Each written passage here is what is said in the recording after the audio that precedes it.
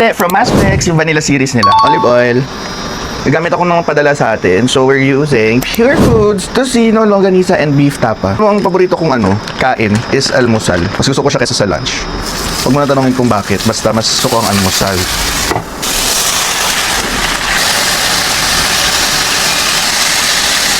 Bakit pag nagluluto tayo lagi tayong galit? Nakaganyan, no? Parang irritable tayo sa buhay. Or nakapainit kasi, no? Or baka marami na tayong utang.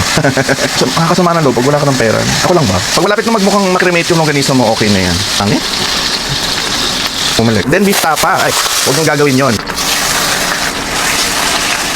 Tsaka natutunan ko rin kay mami ko, pagka maghugas ka ng kawali, i-cool down muna. Kasi yun ang dahilan kung bakit tatanggal yung non-stick niya if naka-non-stick ka. So if hindi ka naka-non-stick, huwag mo na lang pakinggan yung sinasabi ko. Hindi para sa'yo yun. Hintay ka na lang ng next tip natin. Kawawa naman yung tocino. Naubusan ng oil. Hala, ang dami niya maglagay ng mantika. Ang dami mo sinasabi. Buti na lang, hindi to paid. Sorry na. Ganun ba kayo? Kasi ako yung ADHD brain ko talaga. Parang okay pa naman to, no? Para po nag-gaslight yung sarili mo. Lahat ng niluto ko itim. Charot lang. Gusto talaga namin masunod-sunod. Ginaslight na naman yung sarili. Kahit ayaw, pinipilit. Margarine. Tigas lang talaga ng margarine. Kaya ayaw ko gumamit ng margarine. Gano'ng kadami yung butter, gano'ng kadami yung flour. Pag gagawa ka ng roux. Roux is yung ginagamit sa mother sauce. Sa natin siya ng milk. Kita niyo kumakapal na siya. Halo lang continuously.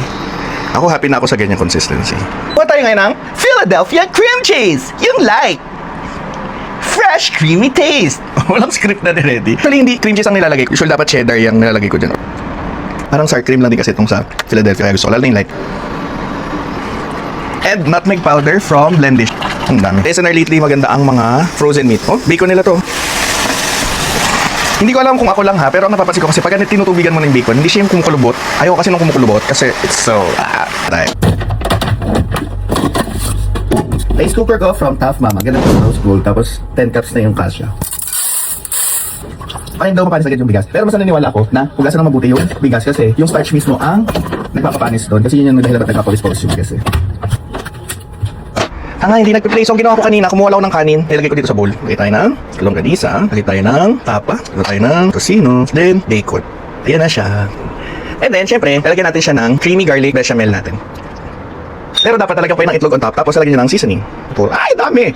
Lagyan ko na ng itlog para makita nyo. Para sa mga visual dyan. Ano pa pangalan ko dito? Long to taba. Bacon. Long to taba. Alo ba to? Tapa, longganisa, bacon, tocino. Ayun na lang magpangalan. Sabihan nyo na lang ako nung nabetan nyo, ha? Naglalaway ako. Ang sarap. Ganito ang best na gagawin. Hindi nakakaumay na nakakadiri. Gagawin yung savory para match siya dun sa mga nilalagay yung toppings. Ito lang. Masasarap siguro kung fresh garlic natin natin. Yung smoky. Tapos yung texture. Para siyang sabaw na soup. Perfect. Hindi na maganda presentation ko pero sarap. Kaya ka na.